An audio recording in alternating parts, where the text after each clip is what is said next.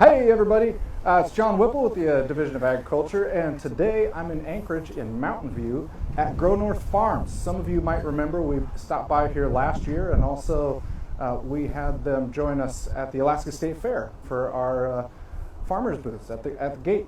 But I just want to check in with Nick and see how things are going here, and let everybody know, for those of you who don't know, learn a little bit about what Grow North Farms is. For those of you who are familiar with it, learn a little bit about what's new. So Nick, what's going on, man? Tell us a little bit about, for those who don't know, what is Grow North Farms? So Grow North Farm is an urban farm and event space here in Mountain View. We're right on Mountain View Drive, right next to the Shell station, right in the heart of the neighborhood.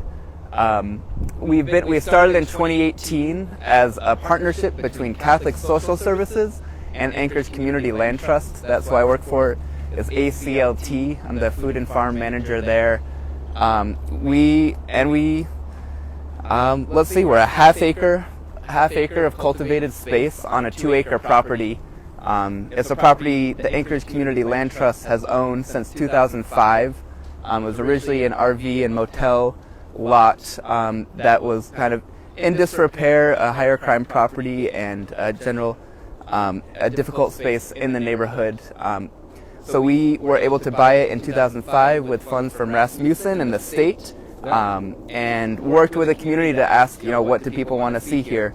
And it took a while to really develop into what we have here now. Before the farm started, we ran the Mountain View Farmers Market here for 3 years, 2015, 16, and 17, I believe, something like that. And that was before my time. I joined right in spring of 2019. And we were working with the community to see what type of development we could make happen here, and working really closely with the Refugee Assistance and Immigration Services team. That's a program at Catholic Social Services. They're the state's refugee resettlement organization. So everything going on within resettlement right now, with the Afghani population coming here, everything that's happened in the past has gone through Catholic Social Services here in Alaska. 90% of the refugees who have moved to Alaska have actually moved into the Mountain View neighborhood. It's incredibly diverse. Yeah, it's an incredibly diverse neighborhood. People from all over the world, not just from refugee background, from people coming from all over the world. It's a wonderful neighborhood. A lot of amazing families are living here, and a lot of people with a lot of talent in the food industry and the agriculture industry are right here. We were working closely with the Refugee Resettlement Organization, and they run just one of the coolest programs in the world called Fresh International Gardens. Keenan, who's walking by back and forth here, and a number of other folks here, are staff or volunteers with that program and with the farm. But that program, in essence, it connects folks with employment opportunities by working together to cultivate a market garden. It was started by a volunteer also around 2005, and that program has kind of slowly grown, kind of waxed and waned, but really in the past 3 years taken off, especially with this expansion at Grow North Farm. Yes.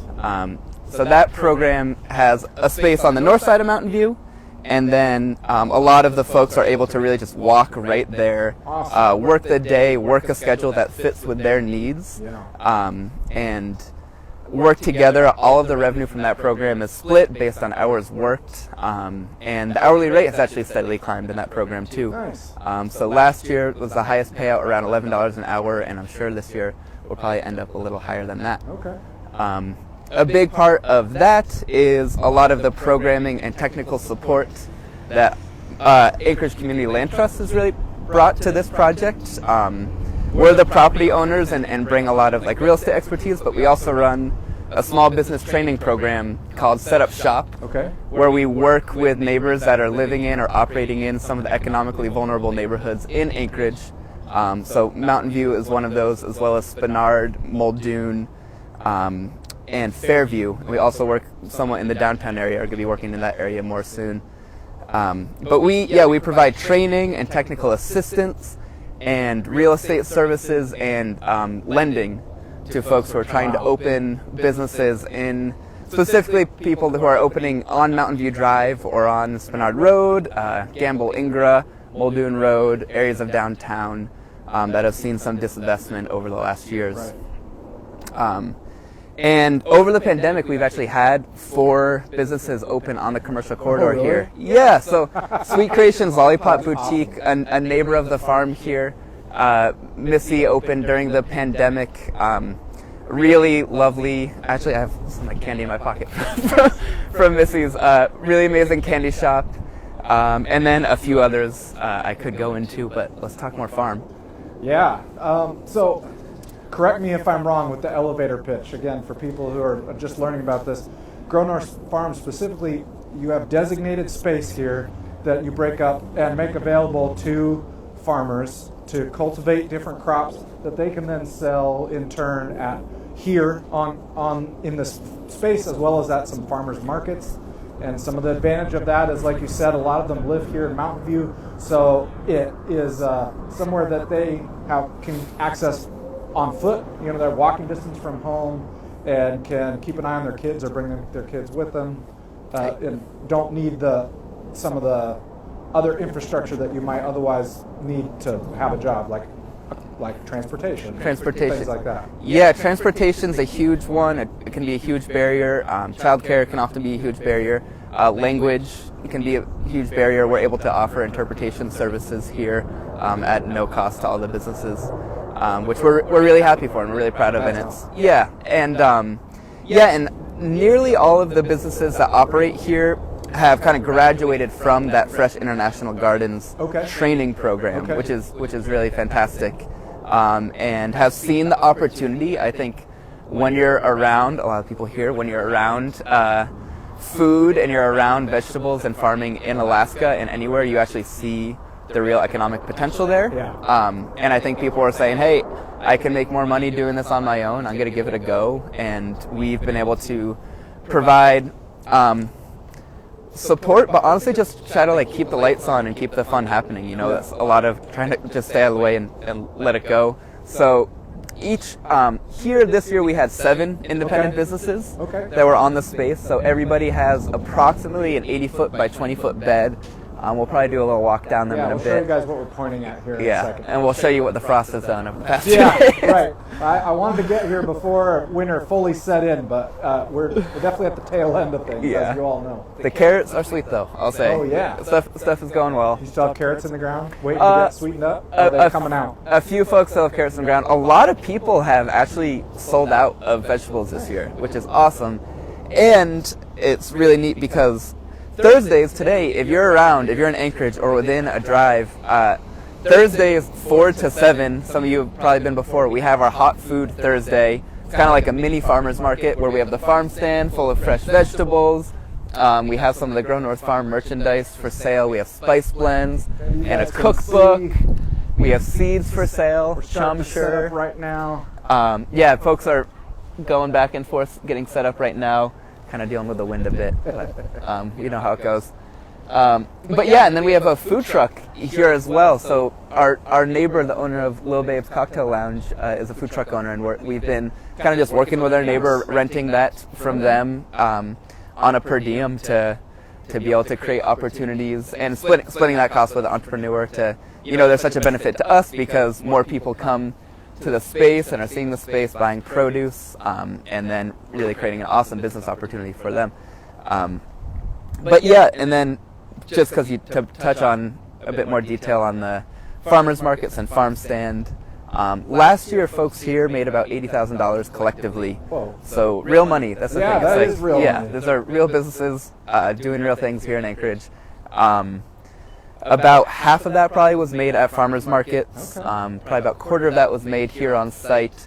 And then we also have the CSA. Oh, that's right. I didn't mention that. Yeah, that's awesome. So last year we had about 15 to 20 people in the CSA. Grew over the year. This year we have 45 folks in the CSA. So we've been able to expand that, really move a lot of vegetables midweek, have some guaranteed sales. And then we also have a partnership with the St. Francis House, another amazing program run by Catholic Social Services, where through individual donation, people have been able to donate to St. Francis House, and St. Francis House has been able to buy essentially wholesale from the farmers to have fresh produce in the boxes packed out on Mondays. So different days of the week, ability to move different amounts of vegetables and really trying to, feed folks, feed as many people as possible. So That's awesome. So calls to action for people that are interested, they could try to sign up for CSAs in the future, I presume, or are there any open spots there for the future? I hope so. They go really quick. I don't think we were even able to make it to an open call this past year. But definitely buying at Muldoon and Spenard Farmers Markets. Buying at Muldoon and Spenard Farmers Markets. Buying, really coming to the farm, 3601 Mountain View Drive, right next to the Shell station here, between Braga and Commercial.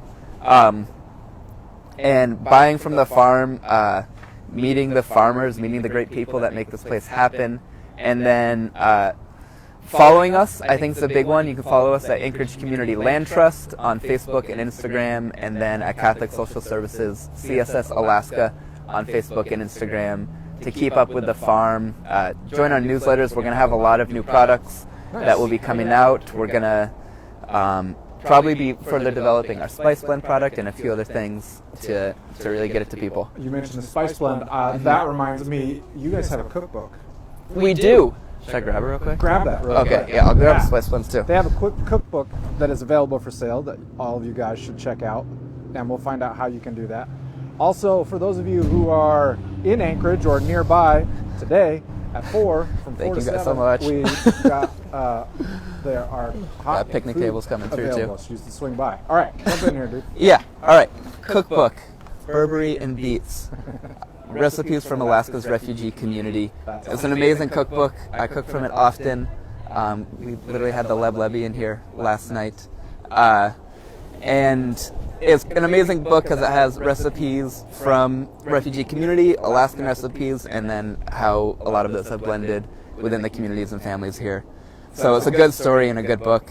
And then our Spice Blend variety pack, which is for sale only here at the farm right now, but we're going to be looking at what it could mean to expand this offering. We have Zatar, Bear, Himalayan, Garam Masala, Bharat, and Hawash. I also cook with these regularly. So for those of you who want to spice up literally your menu and try some stuff from different parts of the world, and all revenue from this, these are essentially inspired by, created by, packaged and everything by the refugee community here, and all of the money that is from these sales goes directly back into pockets of former refugees and their families. And the cookbook sales go toward essentially keeping the lights on here and helping us with water and everything else, the day-to-day expenses, as well as money back into the refugee community. That's awesome. So I think I'll probably have to walk away with one of those today. yeah, I hope so. I'll put these back. Yeah, and then let's take a walk. Let's show people what else is going on around here. You guys will have to excuse me while I grab the phone here. All right. Yeah. Let's show them the garden a little bit. Yeah, let's check out the garden. We have our greenhouse over here, where we actually expanded that this year, and we have a bunch of seeds drying. Show you guys the greenhouse. There you go. That are Chumshire seeds. That's a Nepali garden cress. That we sell those seeds. It's a delicious product, and it's also the seed itself is a good culinary product. Here is our perennials and flower bed. Looking a little tired, but still pretty beautiful. Get a lot of pollinators in with that space. And then each of these are the individual farmers' beds. So this space all the way to the fence is one farmer. This is a family from Somalia. This is a family from Nepal, Bhutanese family. Cherry, she's pretty much done. Cherry's cooking hot food today. So Cherry, her family is originally from Burma, Myanmar, and she has sold almost all of her produce at Muldoon Market and here at the farm stand. So she is here setting up selling Burmese coconut chicken noodle soup. You've ever had that? It's one of my favorite things. When she told me she was cooking it, I was really excited. And then another farmer, Bai, who's Nepali, and some of her produce is absolutely amazing. She still has some carrots in the ground. Those are the sweet carrots you'll find here and at Muldoon Farmers Market. And then Atang and her family from South Sudan. Their Unity produce also at Muldoon Farmers Market. So some stuff, some beets still on the ground, some things still on the ground, but a lot of stuff is either for sale on the farm stand now or going to be at this upcoming Saturday market as we kind of finish off the season. But we do have 2 hot food days left. So this upcoming Thursday and then one more on October 7th, where we'll be celebrating the season. Especially on October 7th, we'll kind of have some different ways for people to say thank you to everybody who's made this season what it's been. So come out for those, 4 to 7. Nice. And then these 2 plots, these were farmers who, this one at the beginning of the season was split between the farmers, and then this was another family who started at the farm and, you know, kind of ran out of time essentially, and said, we can just give it over to the rest of the folks. So they split this also between the farmers here, and people kind of did some brassicas and some, mostly brassicas, but a lot of different stuff that's made it to market. Over here, also these panels were all installed by volunteers. Yeah, that's new since I've been here last. That's pretty cool. I'm really happy with how all of this came out. We had some really excellent volunteer days. Some folks from the military, a few church groups, some folks from AmeriCorps. This place has gotten probably over 1,000, maybe even 2,000 volunteer hours that have gone into making it happen over the past 3 years. And if you volunteered here, thank you. If you're interested, find us on Facebook or anywhere. We'd love to host small groups and help make next year excellent. And then this is a family originally from Oaxaca, Mexico, and their produce is absolutely outstanding. You'll find them selling at Spenard Farmers Market and also doing tamales and Oaxacan food at Spenard Farmers Market. Valesca's Familias. The farmers here collectively probably cultivate about this much space and other areas distributed around town, but this is definitely the biggest plots that most people have. And people are still itching for more land. It's really fantastic. It's one of the best problems to have. It's like, how can we get more farmers in the ground? So we're exploring some opportunities in Anchorage and have kind of talked with different folks about how to get more, people in more acreage to hopefully grow in different ways. And then the rest of the space here is all cultivated by that Fresh International Gardens program. So this is, with some staff and volunteer support, cultivated by generally families who have arrived more recently in Anchorage and are kind of adjusting their skills and expertise to the Alaskan climate, and work together to cultivate. So a lot of the CSA produce comes from Fresh International Gardens, and I'll be curious to see what the tally is for this year, but it's been a really fun and successful year. Awesome. What else do you want to look at? I want to see the hot food. I want to show everybody this hot food over here that we have going right now. If you guys start driving, turn on Burgaw, go towards Mountain View. When you hit Mountain View, take a right, or no, a left. You'll be here almost immediately. You'll see our big, beautiful sign. So big, beautiful sign. Here's some of it being cooked fresh right now. Man. Do you want to introduce what we're cooking? Coconut chicken noodle soup. This is coconut chicken noodle soup with the bean. This one is noodle. Oh man, that looks amazing. Smells so good. Oh man, maybe here in a minute. Yeah, we'll get some at the stand in just a bit. But yeah, this is Cherry and her friends and family cooking cherry. Yeah, some good stuff. Cool. Then we also have the food truck. Thanks for showing us. We also have the food truck here, which I think it wouldn't hurt to go and take. I would love to go check that out. Hey folks, how are we doing? We have Alaska Grown here today. So we're on Facebook Say hello Live. to everybody on the Alaska Grown Facebook page. Yeah? It is. You want to say anything? No. I've been talking my ear off, don't worry. Yeah. Hey there, how are you? Good. What's happening? We're doing a little live thing. Apat, do you want to say hi? So we have some merch here And we have the actual vegetables. Yeah, so we're just getting set up. A lot of fresh stuff. Okay. Yeah, do you want to say hello? We're doing like a Facebook thing. Yad does hot food here. Has gardens. What's that? Next Thursday, he's doing hot food here. What are you going to make? Samosa? Something else? Easy way. Nice. Yad has been doing food here all summer, essentially, and then a few other families have been. So we've had about 2 vendors every Thursday. Okay. Here's a food truck. Nice. They'll probably want their space to Sure. to cook here. But yeah, Mubarak Foods, they're doing Somali sambusas here today. They're delicious. I don't know what else to say. It's like for people who don't know sambusa, it's essentially like a tortilla that will be filled typically with a meat. Samosa will typically be vegetable. But today we have Baharat spice, so this family makes their own Baharat spice blend.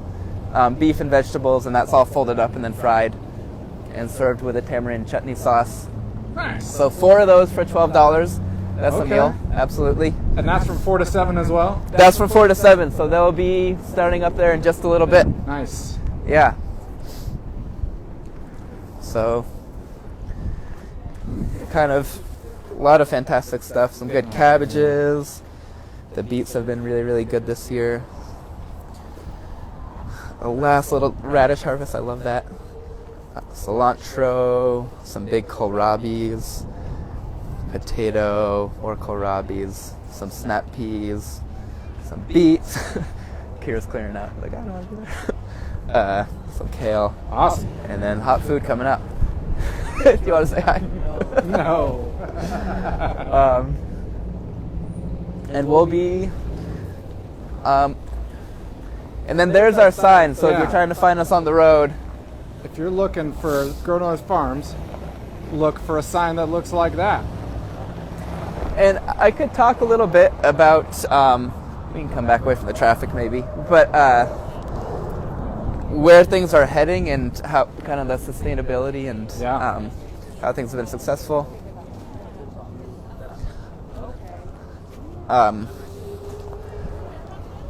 So what's been really fantastic is a lot of people definitely making a lot of great money in agriculture, but also quite interested in expanding into prepared foods, which, you know, a few reasons. There's a lot of money that can be made in prepared foods, and then there's also a really great way to expand the season, you know, and maybe work toward 4-season sales and everything like that. So what we've been trying to think about is, you know, how to support entrepreneurs here, and then, you know, ACLT, we've worked with over 150 entrepreneurs in Anchorage. About 60% of them are in the food industry. So we've gained quite a bit of expertise and knowledge within the food industry, kind of see, you know, the patterns of success and where people are falling short. And one of the bigger things that we see really is access to kitchens and affordable kitchens. Sure. And then access to kitchens where you can get, you know, business services that are really catered to your business, industry specific, working with you in that space. So that's something that we're thinking about moving forward is, you know, what would it look like to possibly build a shared use kitchen on site or somewhere close by where we could be getting entrepreneurs here in and creating 4-season retail opportunities, but also supporting the broader kind of food industry in general, and really trying to grow as many businesses as possible to help more people eat Alaskan food. And really, I feel like when you start talking about food, and especially growing food, people just immediately get into stories and stories of family and stories of home, and so many ways to really celebrate cultures and individual stories that come through food. So it's something that I think my team and a lot of folks here see have a lot more benefits than just, you know, feeding us. It's about celebrating each other and telling stories there. So That's awesome. yeah, it's great. And so, you know, that might be down the line. At this point, we're really excited to kind of keep supporting the individual entrepreneurs and keep supporting the collective model, the Fresh International Gardens, and helping people learn from each of those. collective economics, there's obviously a ton of strength and opportunities there within, just basic economies of scale and kind of breaking up the supply chain and people working together. But then having a lot of that feed those folks who are just looking for autonomy and creativity and want to do their thing and have a way to do it and can do it all themselves. So kind of seeing each of those at play just within this fence, I think has helped each kind of grow and expand, which is pretty fun. And I think within the shared use kitchen concept, you would be seeing a lot of that happening as well. Yeah. Where, Totally, right? yeah, exactly. And so those are a few of the things that we're excited about here. And come check it out. Definitely find us, Anchorage Land Trust, Anchorage Community Land Trust, and Catholic Social Services. If you're inspired by it, or if you want to just ask us any questions, find out ways that you can help.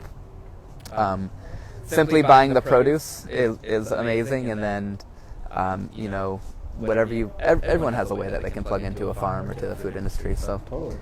let us know. Yeah. So finally, we'll put the website in the comments below or in the description of this video, so you guys can follow up if you want and be reminded of how to contact, how to shop, how to support, that sort of thing. Any other last little bits or Instagram handles, Facebook, website? Anchorage Community Land Trust, at Anchorage Community Land Trust, at CSS Alaska. Check out the cookbook, check out the spice blends, and we'll try to get as much information out to you guys as possible. Awesome. Cool. Well, we hope that some of you guys will come out later today and over the next couple of Thursdays. And are you guys still open every day for the next week or two as well? I really didn't plug that well enough. Yeah, so Monday through Friday, the farm stand is open. We accept SNAP at half off too, and then all of the farmers can accept WIC as well. So, yep, everyone can shop. And yeah, we're there Monday through Friday, 4 to 7. So we'll have 2 more weeks with it. We hope to see you out here, and 2022 is also going to be a fantastic year. So, and we'll get you guys back out here. Yeah, looking forward to it. All right, guys, thanks for joining us, and we hope to see you out here. We'll see you guys next week, back at our regular time, Thursday at noon. So take it easy till then.